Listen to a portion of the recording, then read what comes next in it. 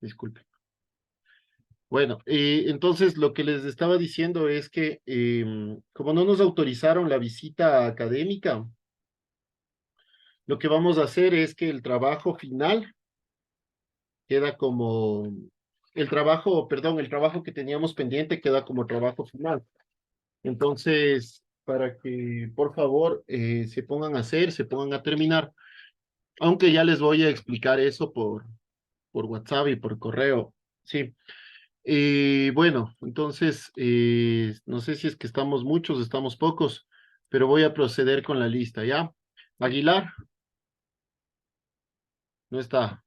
Andrade, Presente. Burgos, Presente. Casanova. Casanova creo que se retiró porque ya no viene a algunas clases. Bueno, Cedeño, Presente aquí. Escobar, ok. Huertas, Lucero, Salazar, John Salazar, Sanango, Presente. Sanango, ok. Presente. Sánchez Caterine, Presente. Ángeli Sánchez, Escaco, Paolo, El Paolo, arquitecto sí está en el grupo, puso ahí que no tiene micro. sí, sí, le vi, es que estoy también viendo las personas que estaban diciendo presente. Segura también creo que se retiró, ya no está a tiempos que no le... Presente. Oigan, Belani, pero tiempos que ya no entra a clases, ¿qué pasó? Sí. Sí, no, la clase del 4 no ha estado, la clase del 8 no ha estado, la clase del 11 no ha estado, la clase del 15 tampoco. Bueno, Talavera, Presente. Torres,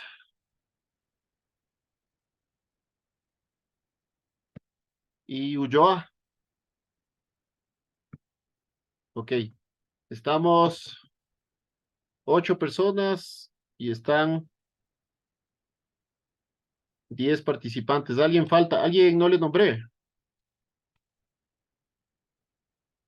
Vuelvo a A repetir. Salazar, a Salazar. A Salazar, está aquí Salazar. Sí, sí está. Salazar John. Ya. Pero dice que salió Arqui. Ah, Digo que sí.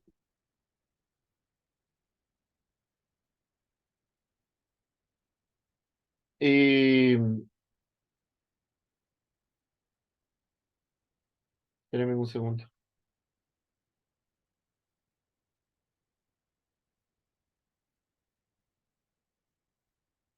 Eh, ok, ok. Pero están 10 personas. A ver, repito. Arqui, se me acabó de ir el internet no hace mucho. Yo soy Jairo Salazar, sí estaba. Ah, sí estabas. Ah, ya. Mentira. Entonces, Sí, solo que tenía problemas de internet, se había desconectado. ok, Así entonces ahí dice. estamos 9. Ya.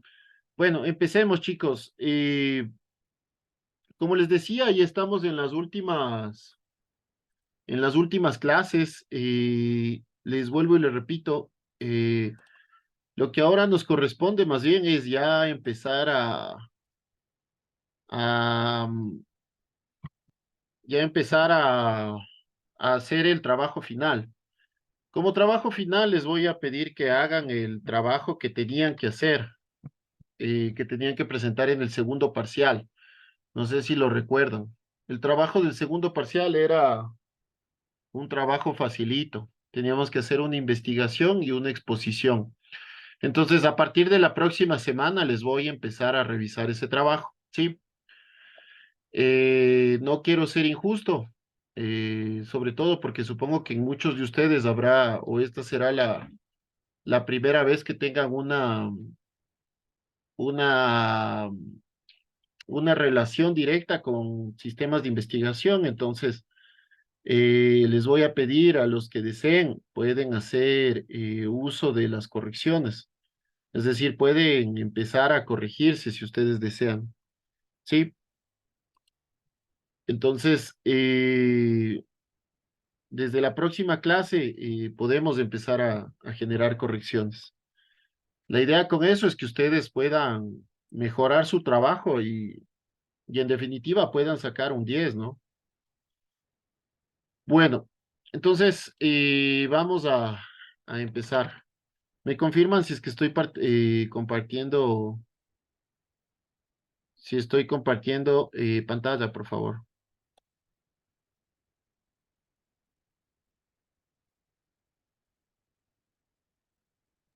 Sí, Arqui, sí está compartiendo. Ok, muchas gracias.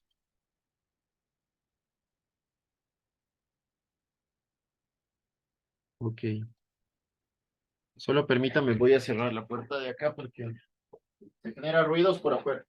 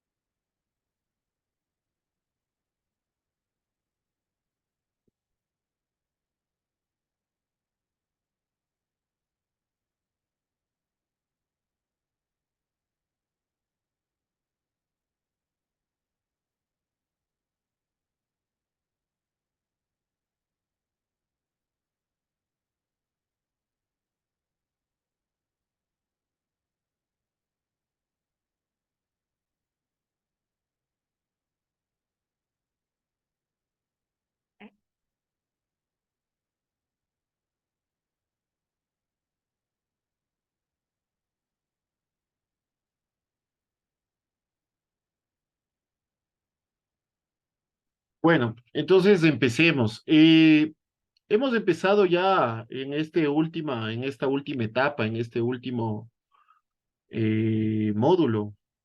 No sé cómo, no recuerdo cuál es el nombre exacto, cómo le llaman en la universidad. Me parece que es módulo o en el tercer parcial, sí, perdón. Bueno, en el primer parcial vimos ya el Renacimiento, en el segundo parcial vimos vimos la arquitectura barroca, hicimos un recorrido de toda Europa hasta llegar a América con la arquitectura barroca, vimos cómo se dio esto en el Ecuador.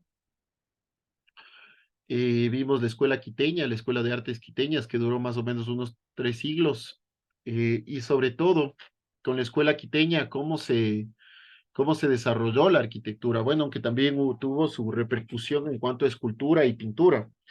La escuela quiteña es una escuela afamada a nivel mundial. Eh, Muchos autores, bueno, y personas de ese momento la comparaban con el Renacimiento italiano, ¿no? Así de trascendente fue la escuela quiteña. Dentro de la escuela quiteña también la economía se basó, perdón, dentro de la Real Audiencia de Quito, la economía también se basó en la escuela quiteña. Entonces tenemos que entender toda su importancia dentro del contexto histórico. Bueno, entonces la clase, o hace 2 clases, empezamos también, o vimos hace 2 semanas, perdón, todo lo que fue la Revolución Francesa, la Revolución Industrial, cómo la Revolución Francesa modifica las formas de poder. Estas formas de poder generan una nueva clase social que se llama la burguesía, y esta burguesía empieza a tener el capital y empieza a generar la revolución industrial. Con la revolución industrial, en cambio, se empiezan a modificar o a cambiar los materiales, se empiezan a mejorar las tecnologías. Se empieza, por ejemplo, la explotación del acero o del hierro. En algunos casos, o alguna vez yo leía que en la primera revolución industrial se hablaba que construir en acero terminaba siendo más barato que construir en barro, por ejemplo. Entonces, más o menos así tenemos que entender la importancia que tenía esta forma de construcción dentro de la arquitectura, ¿no? De la importancia de cómo evolucionó la arquitectura gracias a esta forma de construcción. Entonces, con la revolución industrial vinieron nuevos sistemas constructivos, estos sistemas que vimos la clase anterior, el día sábado, que es la arquitectura neoclásica. La arquitectura neoclásica tiene una connotación también súper importante. Con la arquitectura neoclásica se recupera nuevamente esta arquitectura griega y romana del clasicismo, es decir, de hace casi unos 1500 años atrás, más 1800 años atrás. Esta época que no desaparece del todo, ¿no? No desaparece porque posteriormente el clasicismo se convierte en el renacentismo, en el renacer del hombre. Y el renacentismo, con un ornamento abultado, con bastante ornamento, se convierte en el barroco.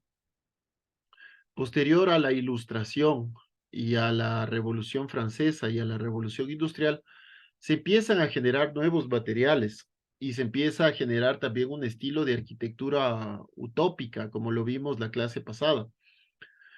Entonces, pero estos arquitectos utópicos que terminan construyendo también varios proyectos, empiezan, digamos, a bajarle la revolución, empiezan a generar o a no tratar de generar arquitectura tan imposible, tan utópica.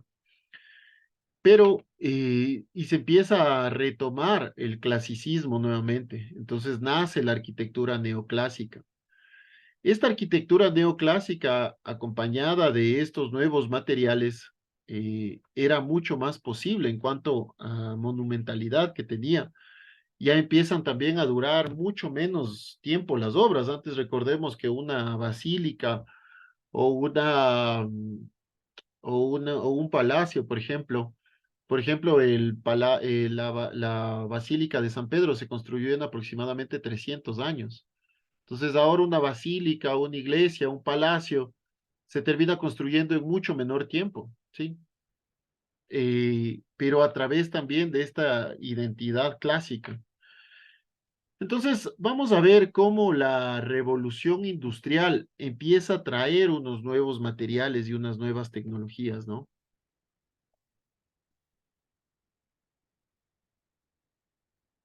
Entonces, aquí empezamos a ver eh, nuevas cuestiones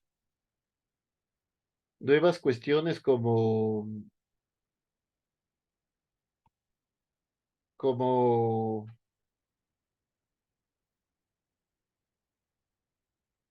nuevas cuestiones como nuevas formas de hacer arquitectura.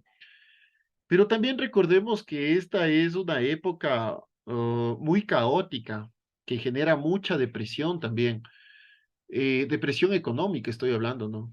Esta arquitectura también refleja una parte una parte del sentido real que vivía la sociedad en ese momento. La revolución industrial, si bien es cierto, empieza a emplear muchas personas, pero también las empieza a deprimir, o sea, el pobre sigue manteniéndose como pobre. El pobre muchas veces empieza a tener o tiene muchos hijos justo para que le ayuden a trabajar, para que le ayuden a trabajar en el campo, para que le ayuden a trabajar en las minas, para que le ayuden a trabajar en las fábricas. Y esto crea una nueva forma más radical, por así decirlo, de pobreza, ¿no? Pero bueno, eso ya lo vamos a ver. Pero la revolución industrial también nos trae ejemplos como, por ejemplo, lo de Joseph Paxton y los palacios de cristal, que es increíble lo que se hace. Los palacios de cristal también se replican aquí en el Ecuador. Eh, También lo de Henry Labrousse o Carl Schinkler. Eh, Son estos tres, por ejemplo, Joseph Paxton era un jardinero que le empiezan a decir o le proponen que construya un palacio de cristal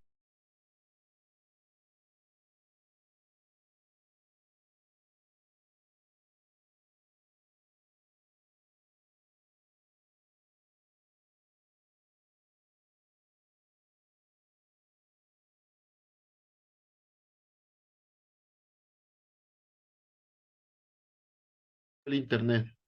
Mil disculpas, se cortó el internet. Voy a continuar, em, a continuar compartiendo. Entonces, como les decía, Joseph Paxton era un jardinero que le propone en algún momento en construir un palacio de cristal para una feria. Bueno, también en esta época empiezan a hacerse las ferias internacionales, es decir, las ciudades empiezan a mostrarse al mundo como son. Empieza a haber esta guerra industrial entre algunas ciudades, entre Barcelona, entre Londres, entre París, las ferias de Madrid, las ferias, por ejemplo, en Nueva York. Entonces, esto hace que, que se empiece a, de alguna manera, a...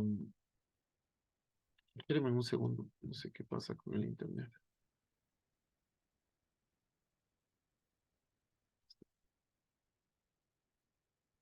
Esto hace que de alguna manera se empiece a visibilizar las ciudades de cierta forma que, y todos sus avances tecnológicos, ¿no? Que se van dando.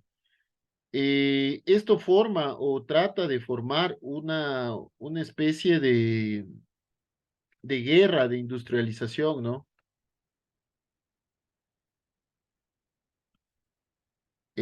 Una nueva forma de industrialización, ¿sí? Bueno, como les decía, sí, si bien es cierto, la revolución industrial o esta arquitectura en hierro se populariza y se empiezan a ver estos revivals, estas nuevas formas de retomar la arquitectura. Entonces empieza a ser, por ejemplo, arquitectura neogótica, se empieza a hacer arquitectura neoclásica, se empieza a hacer arquitectura neocolonial y neorrománica o neorrománico, pero también empieza a aparecer esta arquitectura neoliberal.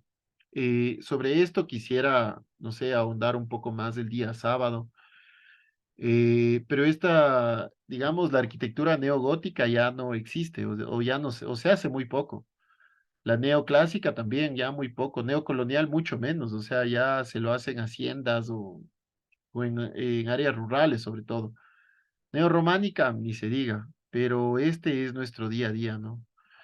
Esto es lo que todos los días, por ejemplo, aquí en Quito nos vamos a barrios como a Tucucho, como a Comité del Pueblo, a La Bota, a lugares con quebradas, y se ve mucho esto. Me imagino que en Santo Domingo también. Y esta es nuestra nueva forma. Nosotros somos los que estamos heredando esta forma de hacer arquitectura. Como les decía algún momento, un buen urbanista salva mucho más vidas que un buen médico. Un buen urbanista genera ciudades productivas y estas ciudades se convierten en elementos de mejora, digamos, de la vida de sus habitantes. Pero un cambio mal urbanista también genera elementos como esto, ¿no? No hay una política pública, por ejemplo, de vivienda. Sí.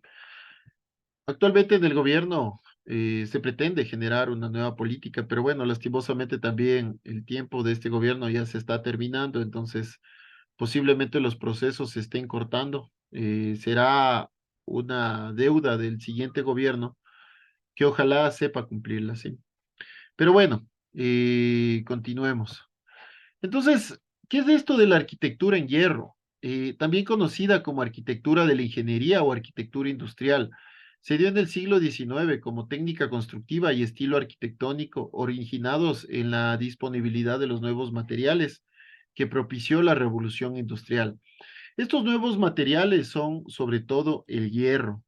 El hierro, como les decía, alguna vez yo leía que en esa época no sé si con algo de exageración o con algo o tal vez de forma pintoresca, pero se decía que era más barato construir en hierro que construir en barro, ¿no? Tomando en cuenta que el barro lo tomamos del suelo, en cambio, y el hierro ya necesita un proceso de industrialización.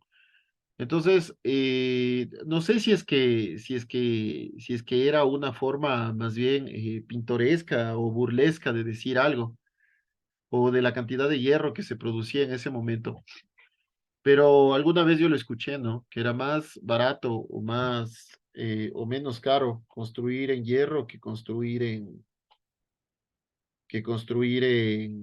en acero. Bueno, esta técnica se popularizó a través de la arquitectura ferroviaria, las galerías comerciales y mercados cubiertos y los grandes pabellones de las exposiciones universales de la segunda mitad del siglo XIX. Estos pabellones o estas exposiciones que se hacían en esa época terminaban mostrando de cierta manera cómo se desarrollaban las ciudades. Estos centros de exposición o pabellones nos mostraban mucho y sobre todo también de una forma política, el desarrollo urbano que tenían las ciudades. Sobre todo esto mostraba a los inversionistas, es decir, yo mañana, estamos hablando de mediados del siglo XIX, mañana me iba a Barcelona, por decirles. Yo tenía muchos recursos que hice aquí en Ecuador. Me iba a Barcelona y veía que tenía un importante desarrollo industrial, entonces iba e invertía allá. Entonces, esto era una forma de captar inversionistas, ¿no? Entonces, la construcción con hierro de diques, puentes y naves del siglo XVIII es elevada a la arquitectura a través del ámbito industrial en el siglo XIX. Inicialmente se implementó como una medida de protección contra los incendios, que se había hecho muy comunes desde la introducción de la máquina a vapor. Esto es algo súper importante, creo que es un punto de quiebre en la forma de hacer arquitectura.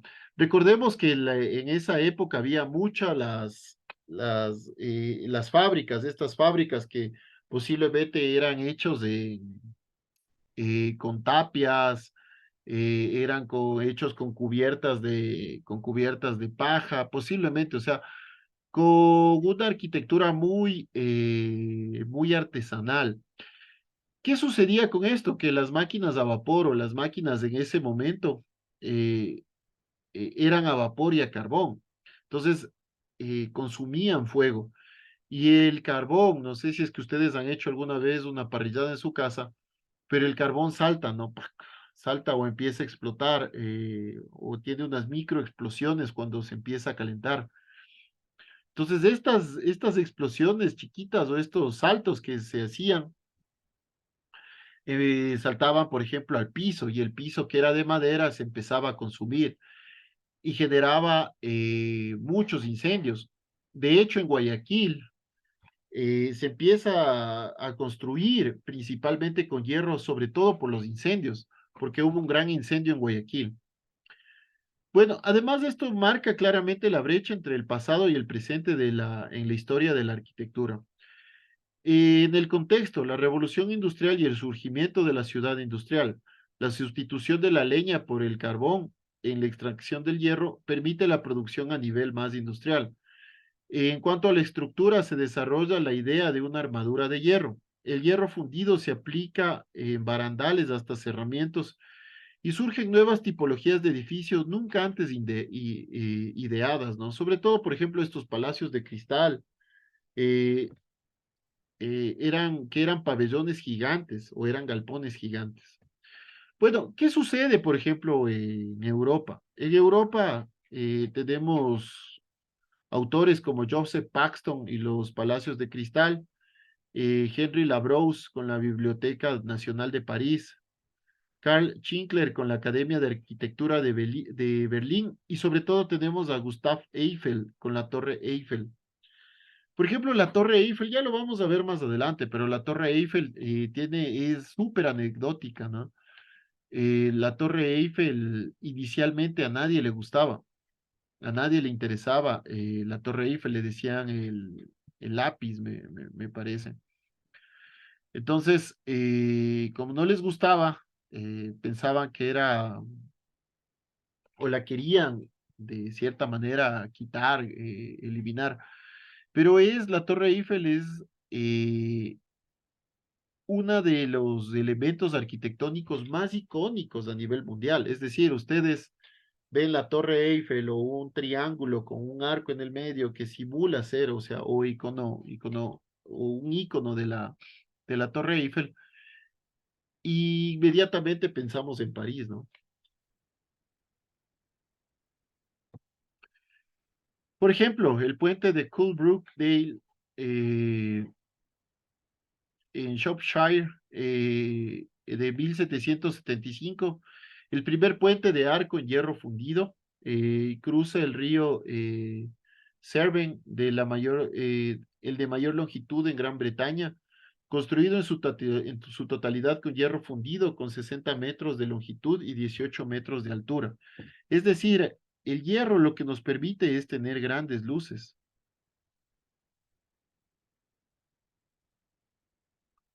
Esto tiene 60 metros de longitud, algo posiblemente nunca antes pensado en hormigón armado, ¿no? En hormigón muy difícilmente lograríamos estas, o posiblemente tal vez, pero con unas vigas súper peraltadas, no sé. Tendríamos que hacer cuerpos intermedios o columnas intermedias o pilares intermedios, pero muy difícilmente alcanzar estas longitudes y 18 metros de alto. En hormigón es muy difícil lograr esto, ¿sí? Por ejemplo, aquí tenemos un grabado del interior de un edificio industrial en 1868. La construcción con hierro se empezó a incorporar en fábricas, talleres y naves industriales. Acerías, refinerías, centrales energéticas, estaciones ferroviarias, almacenes e instalaciones portuarias, hangares, etcétera, ¿no? Se empieza a hacer este tipo de arquitectura.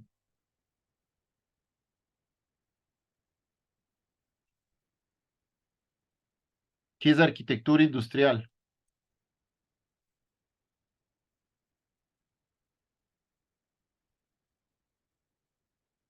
Eh, lo que les decía hace un momento, muchas veces de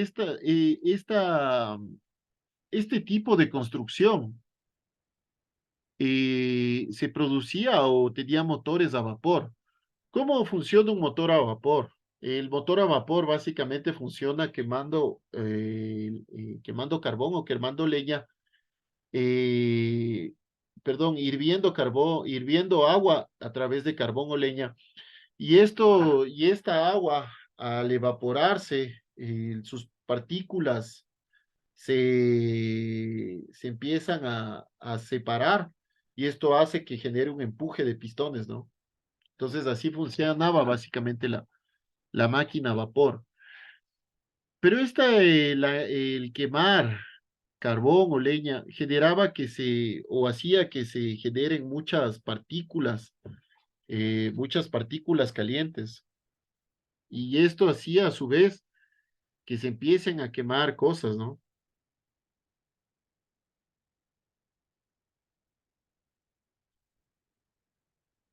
Que se empiecen a quemar, por ejemplo, el piso, las paredes, las cubiertas. Entonces, la nueva forma o la respuesta de la arquitectura fue modificar la construcción, modificar a otros sistemas constructivos como, por ejemplo, el acero. Y aquí tenemos, por ejemplo, empezamos a ver estas nuevas tipologías. Entonces, Joseph Paxton experimentó el empleo de estos materiales en la construcción del gran invernadero de Glasswork House entre 1837 y 1840. Entonces, por ejemplo, este invernadero solo se construye en 3 años, ¿no? Lo que antes una catedral, un palacio duraba entre 100 y 300 años la construcción. Joseph Paxton empieza a hacer estas grandes construcciones en muy poco tiempo.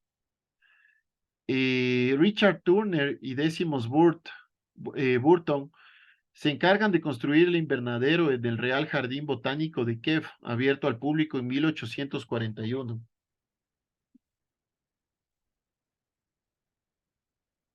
Pero eso no fue la última o la primera y última obra de Paxton. Posterior a esto, Paxton tiene un encargo mucho más grande que era de Crystal Palace House, de Crystal Palace, perdón. Más tarde, Paxton en 1851 construye The Crystal Palace. Esta edificación de hierro fundido y cristal fue construido con motivo de la gran exposición de 1851 en el Hyde Park de Londres. Luego de la exposición, el edificio fue trasladado a un distrito contiguo en el sur de Londres, donde permaneció desde 1854 hasta su destrucción en un incendio en 1936. Estos son grabados de Crystal Palace. ¿Cuál era lo interesante en el Crystal Palace o el Palacio de Cristal de Londres?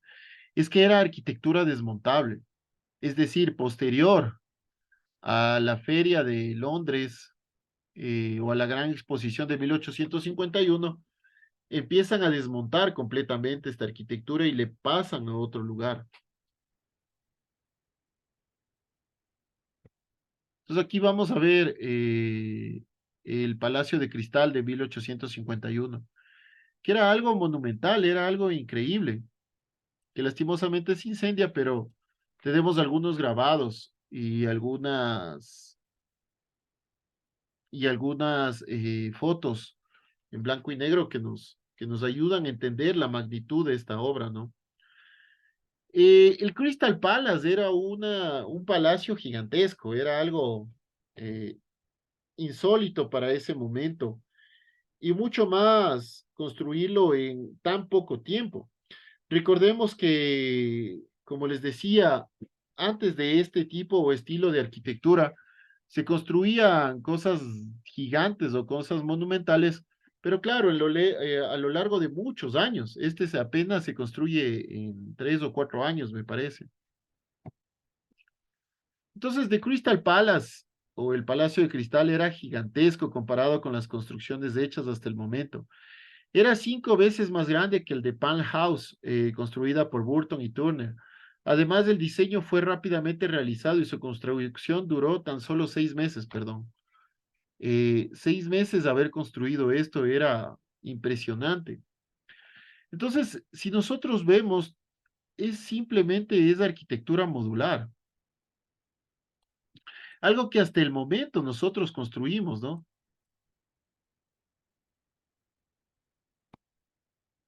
Entonces, el Palacio de Cristal británico causó enorme impresión en los visitantes que en su mayoría provenían del resto de Europa. Su diseño innovador y los efectos visuales que genera la construcción de paredes de cristal lo popularizó como un símbolo de modernidad y civilización. Admirado por unos y criticado por otros, ¿no?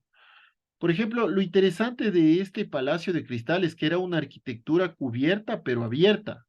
Es decir, en el medio nosotros podíamos tener este tipo de elementos, elementos como árboles, elementos como piletas, es decir, elementos que antes solo podíamos tener en el exterior de la edificación, se empiezan a cubrir y era algo completamente innovador para ese momento. Aquí vemos, por ejemplo, otro grabado del Palacio de Cristal. Como vemos también, estas curvaturas, por así decirlo, realmente se llaman cerchas estos, ¿sí? Primero que vencen grandes distancias estas bóvedas de acero y cristal. Vencen grandes distancias, pero sobre todo eh, no son muy pesadas. Y de estos elementos se fabrican como 4, ¿no? Y se genera esta arquitectura, digamos, liviana, esta arquitectura que no tiene mucho peso y que puede ser soportada por los demás elementos estructurales. Entonces, por ejemplo, aquí tenemos una vista desde el interior, ¿no? Vemos cómo es o cómo son estos elementos públicos abiertos pero cubiertos, que parece para la noción de ese momento parecía algo muy contradictorio. ¿Cómo es eso de abierto y cubierto a la vez? Sí, era abierto porque circulaba aire al interior de todo estos, eran elementos que contenían grandes masas de aire, pero a la vez cubiertos, porque en cambio nos cubrían sobre todo de la lluvia, hasta cierto punto del sol, hasta cierto punto del viento, ¿sí? Entonces eran elementos que en su momento también tenían un estilo de cubierta, pero muy arriba muy arriba del lugar de donde, eh, de donde podíamos estar, ¿no es cierto? Entonces era una arquitectura súper interesante. Lo que Paxton hace es evolucionar esta arquitectura, evoluciona en una arquitectura industrial, en una arquitectura modular, en una arquitectura posiblemente desmontable también hasta cierto punto, ¿no? Sí, el montar esta arquitectura y desmontar esta arquitectura tenía un costo alto, pero se recuperaban posiblemente el 100% de sus piezas y podíamos, lo que construimos aquí, podíamos llevarlo a otro lugar. Entonces, digamos que tenían estos elementos arquitectónicos hasta cierto punto una fecha de caducidad, por así decirlo. De hecho, por ejemplo, en el Ecuador hay dos palacios de cristales. El uno es aquí en Quito, en el Ichimbía, y el otro es en Guayaquil, en el Malecón. Y de hecho, los dos en su momento, fueron desmontados y vueltos a montar. Por ejemplo, el de Ichimbía en Quito, antes era el mercado, no me acuerdo, creo que era el mercado central, y se los lleva al Ichimbía, ¿no? Y el de Guayaquil igual es movido de un lugar a otro. Entonces, el Palacio de Cristal se diseña a través de patrones repetitivos y modulados. Sus piezas eran prefabricadas, haciendo posible que fuera desmontable. El mayor exponente de este tipo de construcciones prefabricadas y que se podía ensamblar, ¿no? El Palacio de Cristal. Es desmantelado en 1852 y cambia de sede, algo hasta entonces imposible en arquitectura. Entonces, entender que este elemento podía ser desmontado y vuelto a montar o montada o como un Lego, ¿no? O sea, uno cuando se cansa de los Legos, nuestras mamás nos decían, ya guarda esas cosas y empezábamos a guardar. Y el día siguiente volvíamos a armar, posiblemente ya no en el dormitorio, en nuestro dormitorio, sino en el dormitorio de nuestros padres. Entonces, era algo muy inconcebible para ese momento, ¿no? Empezar a entender esta arquitectura desde un punto de vista modular, o sea, esta arquitectura se modulaba. Ahora podíamos hacer nuevas formas de arquitectura. Se convirtieron en estas nuevas formas un nuevo estilo de arquitectura, ¿no? Este estilo industrial. Entonces, ¿cuáles son los resultados estéticos que consigue Paxton según Willio Argan? Primero es revalorizar el desarrollo dimensional liberando la geometría de los volúmenes del peso de la masa, ¿no? Que esto es muy importante. La geometría en la arquitectura, posiblemente dentro de la formalidad, es decir, dentro de la forma de la arquitectura, es uno de los elementos más importantes. Nuestra arquitectura tiene que tener geometría o tiene que basarse en geometría. La geometría, la geometrialización de las cosas es súper importante en arquitectura. Algún momento podríamos hablar sobre la geometrialización en el diseño. El geometrializar, por ejemplo, lo que alguna vez yo les decía,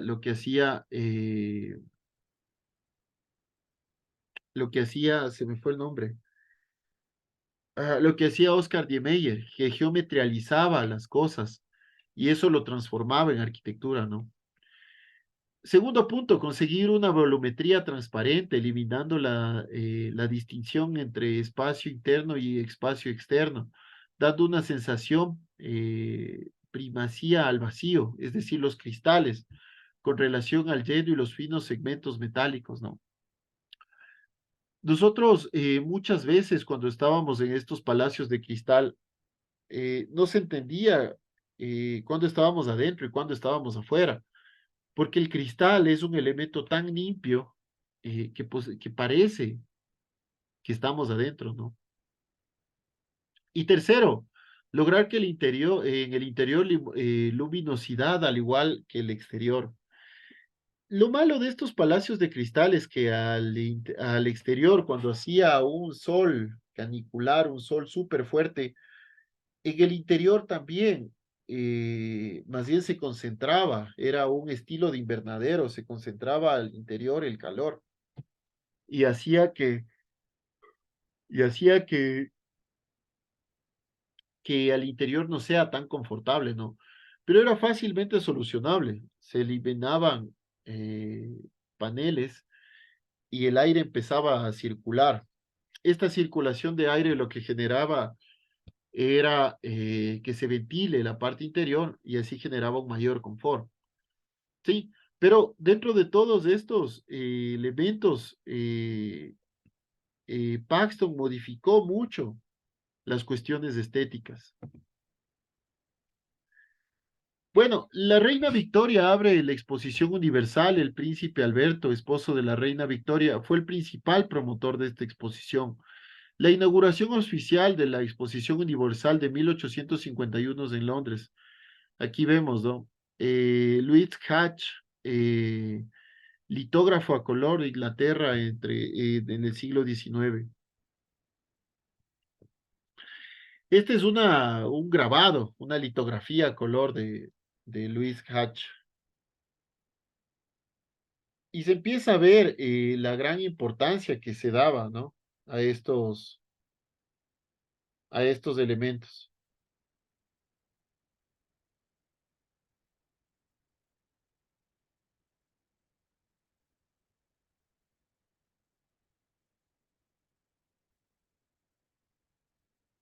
Entonces, las exposiciones universales. La fe en los beneficios de la ciencia dio origen a las exposiciones universales.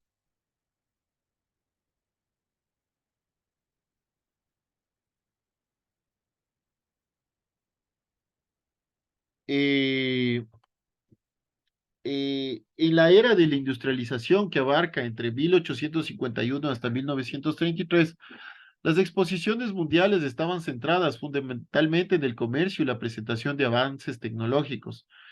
Estas exposiciones fueron la plataforma para dar a conocer los avances de la técnica, de la ciencia y la tecnología. Inventos como el teléfono fueron presentados en esta etapa.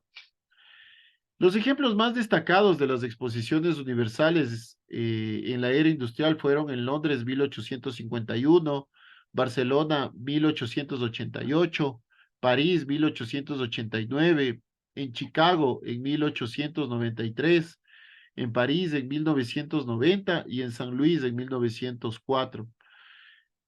Tomemos en cuenta, por ejemplo, que París tiene dos exposiciones universales en 1889 y a año seguido en 1890, ¿no? En 1900, perdón. Chicago en Estados Unidos y San Luis en Estados Unidos tiene igual dos exposiciones universales, pero la diferencia es que hay 10 años de diferencia entre la una y la otra.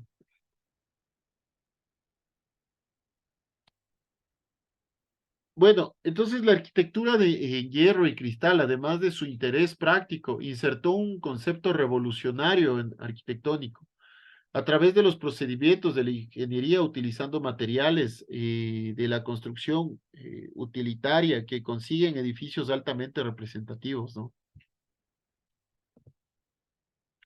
Por ejemplo, aquí vamos a ver la sala de lectura de la Biblioteca Nacional de París de Henry Labrousse. Aquí, por ejemplo, vemos cómo se consigue estas grandes alturas con estas diminutas secciones y luces gigantes, ¿no? Para ese momento era, o sea, solo les pido comparar estas columnas de acero con estas columnas de hormigón.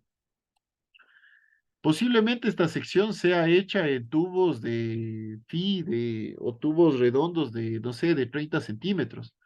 Posiblemente estas columnas de hormigón sean de 1,20 m por 1,20 m o de 80 por 80. O sea, entendamos cuál es la diferencia entre lo uno y lo otro, ¿no? Henry Labrousse también construye en 1868 en hierro y cristal el Salón Nacional, el Salón de la Biblioteca Nacional de París. Y vemos, por ejemplo, estas pequeñas secciones de acero versus estas grandes secciones de hormigón que son utilizadas. Aquí la vamos a ver a color. Entonces, lo que les quiero decir es que se entiende la diferencia entre lo uno y lo otro. Lastimosamente aquí en Ecuador hasta ahora utilizamos mucho el hormigón armado cuando ya es más que comprobado que el acero estructural o la estructura metálica es mucho más beneficioso en cuanto a luces, a secciones, a la utilización de mano de obra, a la reutilización de materiales. Sí, es completamente diferente. Ah, es la misma imagen, sino que aquí la vemos más grande.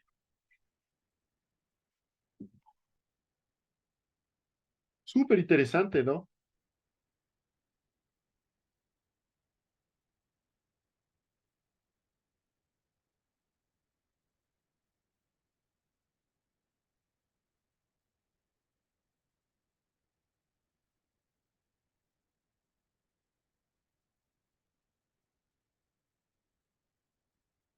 Entonces, se puede entender los avances significativos que tiene la arquitectura gracias a la revolución industrial. Es increíble. Es completamente, por así decirlo, irracional estos cambios, ¿no? Estos saltos en arquitectura. Vamos a ver la Galería Vittorio Emanuel, formada por dos arcadas perpendiculares con bóveda de vidrio que se cruzan formando un octágono. Está situada en el lado norte de la Piazza del Duomo en Milán, que conecta con la Piazza della Scala, diseñada en 1861 y construida por Giuseppe Mengoni entre 1865 y 1877. Esta es la vista de la Galería Vittorio Emanuel durante su construcción y unos años más tarde de su inauguración. Aquí en esta plaza, esto estaba construido, ya existían estas edificaciones. Entonces, lo que querían hacer era cubrir estos pasajes para que la gente pueda caminar en lluvia, en agua, perdón, en lluvia, en sol, en viento, pueda caminar a través de estos nuevos pasajes o de estos pasajes cubiertos. Entonces le encargan a Giuseppe Begodi hacer esta estructura. Entonces lo que él hace es principalmente en acero, sobre todo por las grandes luces que nos permite el hierro, ¿no? Entonces aquí vamos a ver la Galería Víctor Manuel. Estas edificaciones ya existían o ya existen. Y lo que hace únicamente Giuseppe Mengoni fue cubrir estos pasajes. Aquí lo vamos a ver. Esta es una foto actual de la Galería Vittorio Emanuel de Milán. Entonces lo que hace esto es que se reviva mucho estos espacios, ¿no? Estos espacios abiertos y cubiertos a la vez.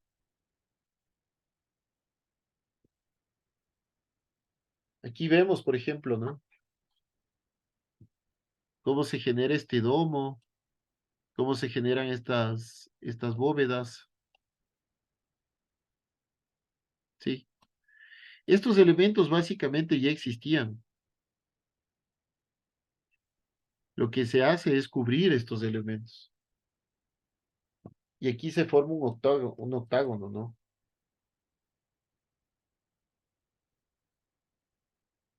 Un octágono.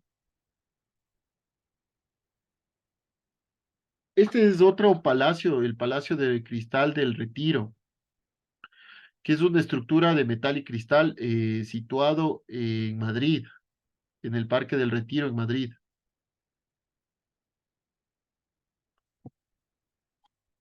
Aquí vamos a ver el Palacio de Cristal del Retiro, es una estructura de metal y cristal situado en el Parque del Retiro en Madrid, España. Fue construido en 1887 con motivo de la exposición de las Islas Filipinas, celebrado ese mismo año. Entonces, es un elemento súper industrial, ¿no?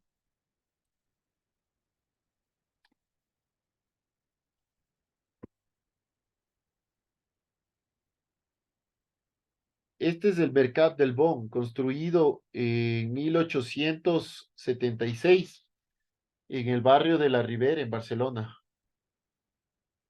Súper interesante también.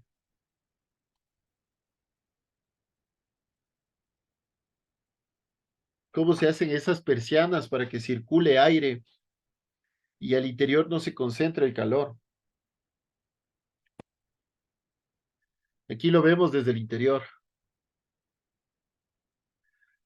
Antes de esto era un mercado. Era un mercado donde al interior se concentraban las ventas, un estilo de galpón, digamos. Eh, bastante interesante.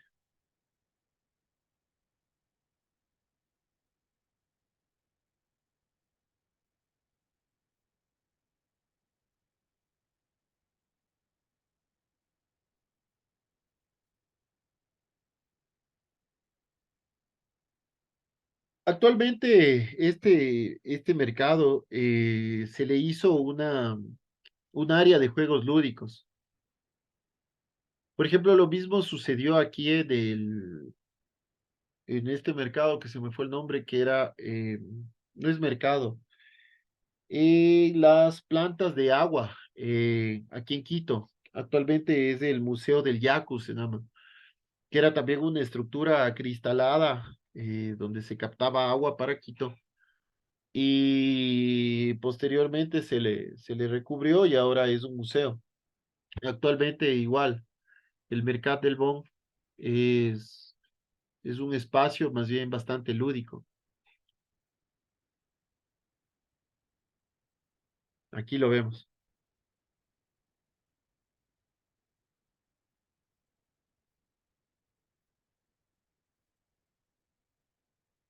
Interesante, ¿no? El uso de estas cerchas para sostener esta cubierta irregular.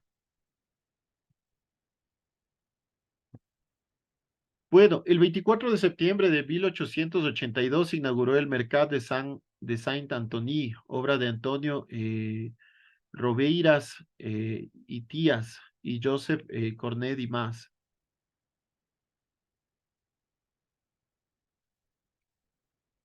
Este lugar, en cambio, me parece que era una fábrica. O sea, inicialmente fue un mercado, posteriormente fue una fábrica. No, era un mercado y actualmente sigue siendo un mercado, ¿no? Pero lo interesante de esto es igual, que a través de esta arquitectura, lo que nos permite es tener elementos muy circulables al interior, ¿sí? Abiertos completamente. Ahí está el mercado de Saint-Antoine.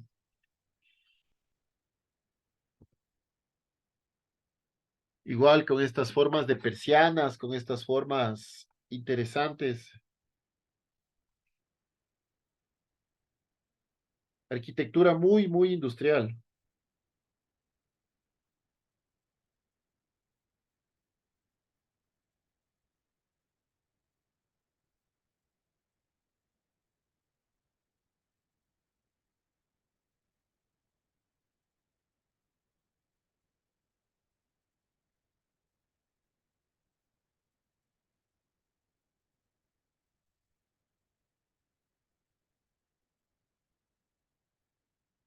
Aquí vemos la forma del mercado, ¿no? Igual, es una forma de octágono, ¿no? Una, dos, tres, cuatro, cinco, seis, siete y ocho lados, ¿no? Y termina siendo una arquitectura muy rápida de montar, que permite áreas súper cubiertas,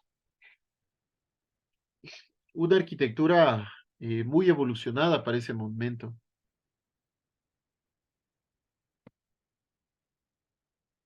El mercado de San Antonio actualmente en reformas, ¿no? Entonces, al construir con acero, no existía básicamente ya límites. El hormigón se puede hacer hasta ciertos pisos. Hay que empezar, sobre todo para empezar a bajar la necesidad de o la demanda de secciones fuertes. Lo que se hace es se empieza a agrandar las secciones, pero en cambio, en el acero podemos tener alturas bastante fuertes, pero no cambiamos la sección. No se modifica básicamente la sección. Entonces, a Gustave Eiffel se le ocurre hacer la Torre Eiffel.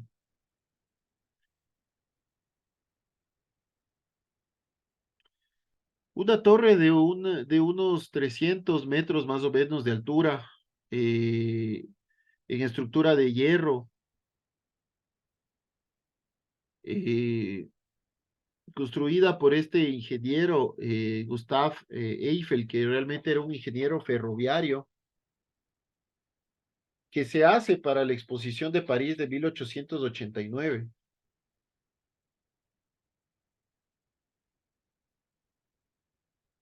Y se lo hace en un lugar clave, ¿no? En el río Sena o a orillas del río Sena, justo como para que se vea desde cualquier parte de la ciudad.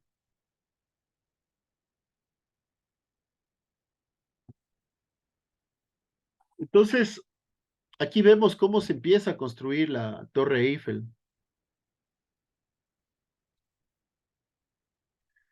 La Torre Eiffel, inicialmente nombrada Torre de 300 metros o Tour de 300 metros, es una estructura de hierro pudelado, diseñada por Maurice Clouchin y Émile Nouguer, y construida por el ingeniero francés Gustave Eiffel y sus colaboradores para la Exposición Universal de 1889 en París.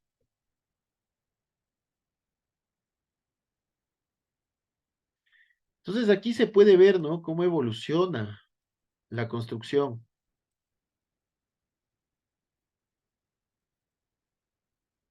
Cómo se va desarrollando la construcción de la Torre Eiffel a lo que actualmente es.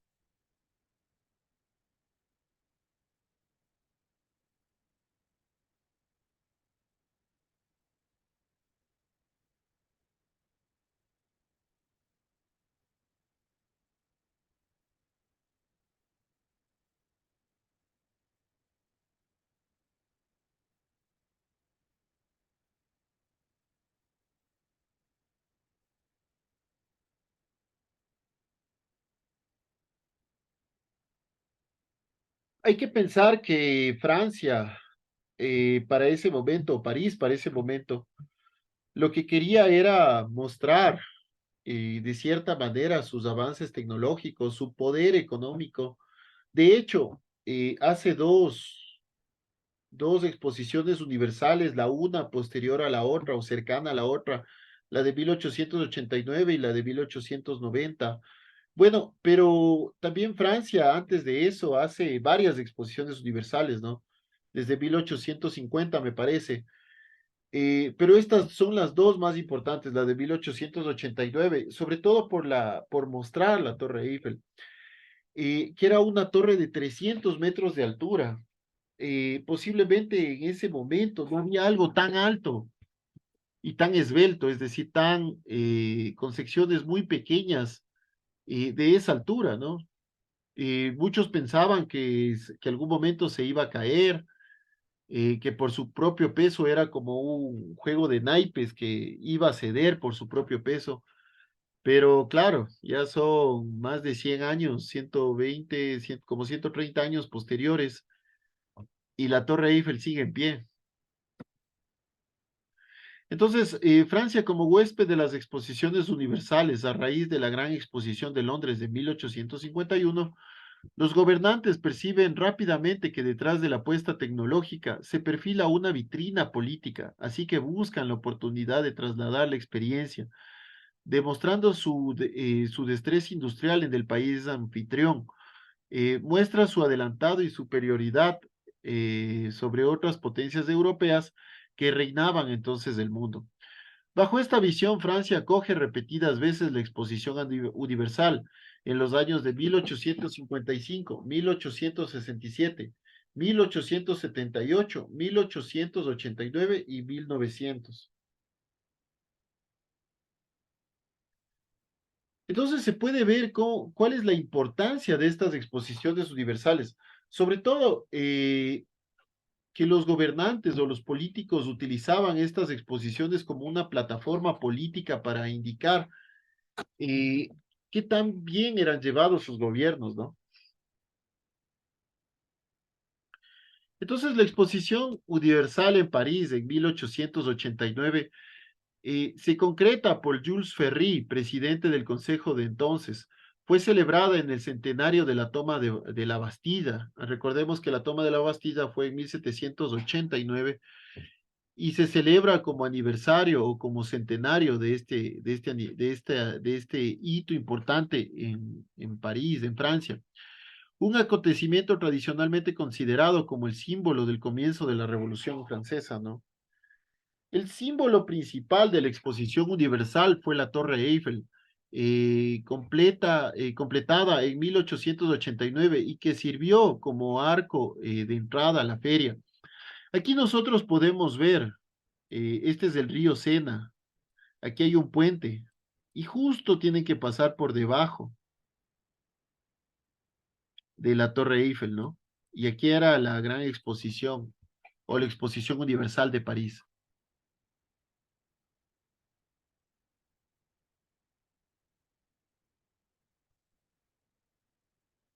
Este es un grabado de ese momento, ¿no? Sobre toda la arquitectura que tenía París en ese momento.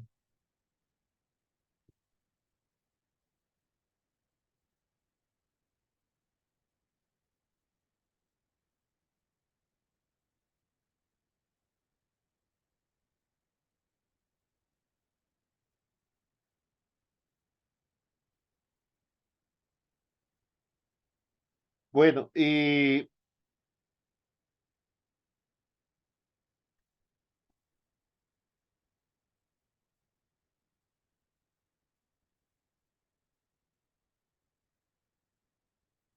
entonces, por ejemplo, aquí vamos a ver un grabado de la Torre Eiffel y cómo se ve en la parte posterior la exposición de París.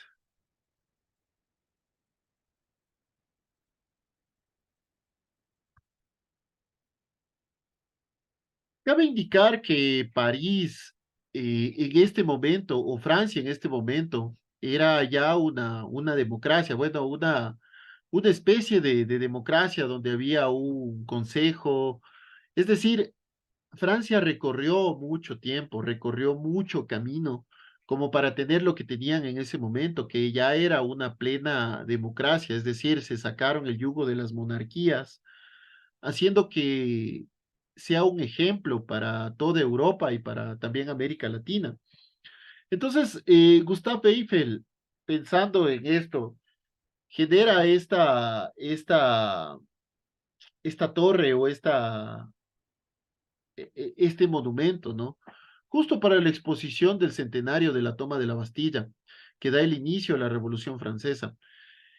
Este proyecto eh, generaba mucha expectativa y sobre todo cuando algo genera expectativa, genera muchos detractores, muchos simpatizantes y detractores a la vez. Es decir, había muchas personas que estaban a favor y muchas otras que estaban en contra del proyecto. Muchas personas veían desde la estética que el proyecto no era algo bueno, ¿no? Para París, para Francia. En cambio, otros veían como algo súper interesante. Otros se burlaban mucho del proyecto, le decían el lápiz parado, bueno, le decían algunas cosas. Pero este ícono de París, este ícono de Francia, actualmente es el elemento de mayor iconografía a nivel mundial. Nosotros vemos este elemento e inmediatamente pensamos en París, e inmediatamente pensamos en Francia, ¿no? Por ejemplo, bueno, aquí vemos a Gustave Eiffel en una de las escaleras de la torre en 1889. Inicialmente esta torre, o la torre de París, o la torre Eiffel, tenía escaleras. Posteriormente se le montaron ascensores.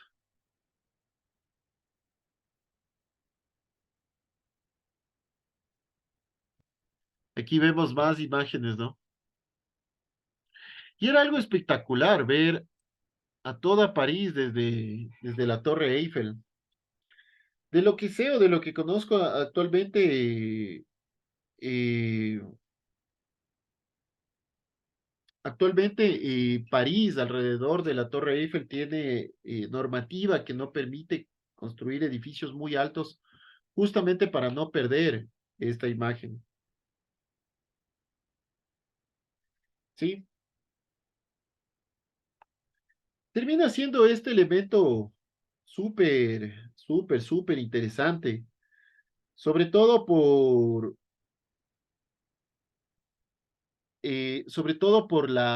el sistema constructivo empleado hasta ese momento, ¿no? Aquí vamos a ver cómo sobresale la Torre Eiffel por sobre todos los elementos alrededor. Y actualmente alrededor de esto es un gran parque, ¿no?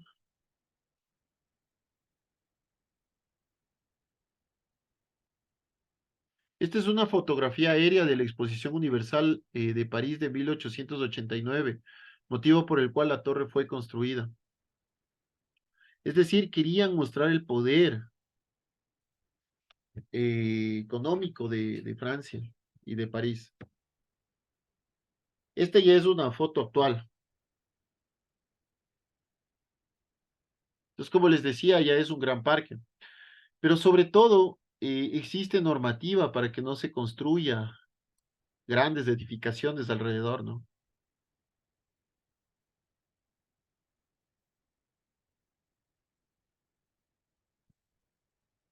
Bueno, otro de los grandes elementos, esta es la antigua estación de Orsay, edificio construido para la Exposición Universal de 1900, actualmente alberga al Museo de Orsay de París. Eh, esta estación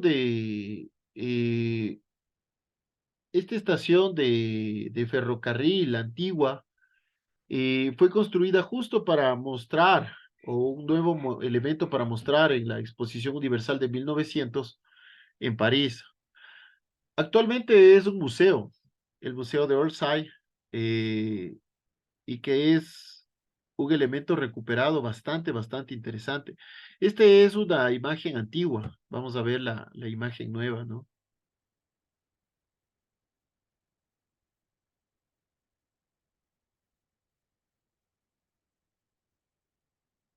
Otro de los elementos, por ejemplo, es de Karl Schinkler, es la Academia de Arquitectura de Berlín, ejecutado entre 1831 y 1836 en Berlín, la capital alemana. Es considerado como uno de los edificios precursores de la arquitectura moderna en Europa debido a la novedosa utilización del ladrillo y a su fachada racionalista. Destaca también por su innovadora estructura metálica que le permitió alcanzar varios niveles de altura, ¿no? Por ejemplo, alcanzar estos niveles de altura, estamos hablando de 4 niveles de altura. En hormigón antes era muy complejo, en hormigón, en barro, pero en cambio con estructura metálica, esto fue bastante fácil, digamos, ¿no? Bastante innovador.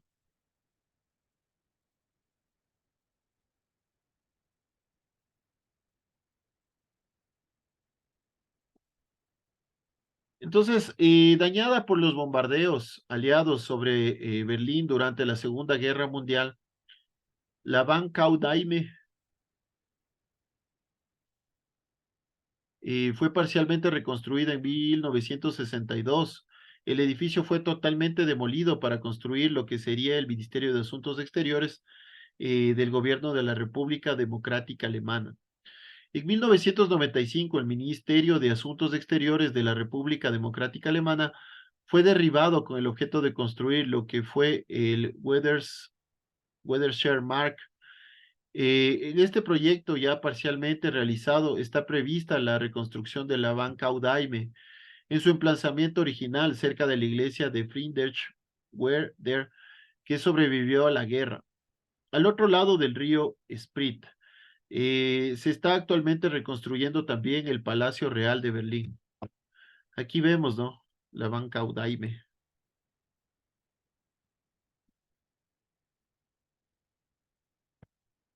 Bueno, chicos, eso es todo.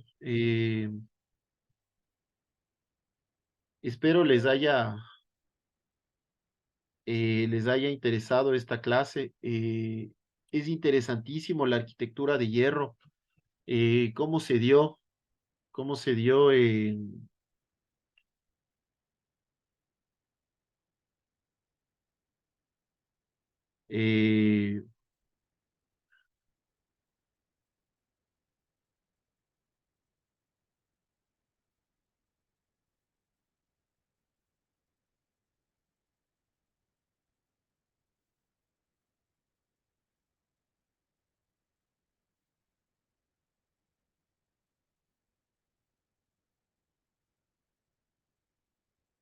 cómo se dio esta arquitectura de hierro. No sé si es que alguno de ustedes tiene alguna pregunta, alguna inquietud.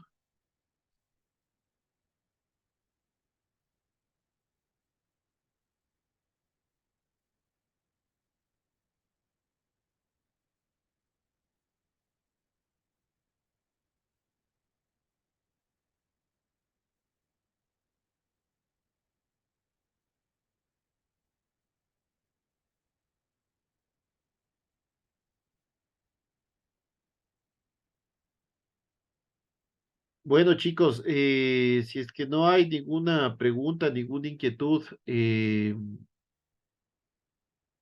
quedaríamos nos veríamos el día sábado. Por favor, no olvide llevar sus computadores y no olviden el deber, la tarea que era un mapa conceptual de la arquitectura barroca. Igual, empecemos por favor a revisar todas las investigaciones. Es importante que en las investigaciones que ustedes hacen, si gustan, podemos hacer revisiones. Termina esto siendo el elemento más importante para sus notas, sobre todo sus notas finales del tercer parcial o del examen final. Ahí vamos a ver qué tan, eh, qué tan avanzados están en cuanto a eso. Eso, qué más les puedo decir? Si es que ninguno tiene alguna pregunta o alguna inquietud, eh, quedaríamos hasta ahí.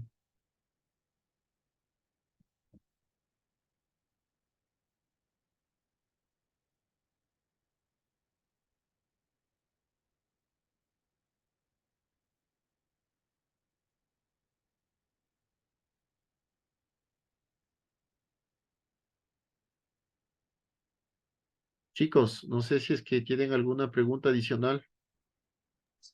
No, Arqui. Bueno, empecemos, sigamos avanzando, por favor, con las correcciones. El día sábado, con el mayor de los gustos, les puedo revisar a quien guste. Eh, la idea es que queden depuradas esas investigaciones, ¿sí? Entonces, hasta aquí llegaríamos. Les mando un abrazo, cuídense mucho y estaremos conversando. Gracias, Arqui. Nos vemos, chicos.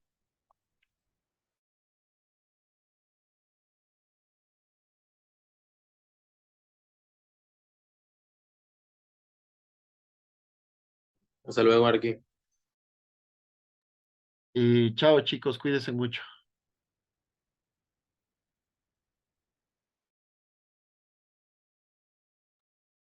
Chao, Arqui. Chao, chicos, cuídense mucho.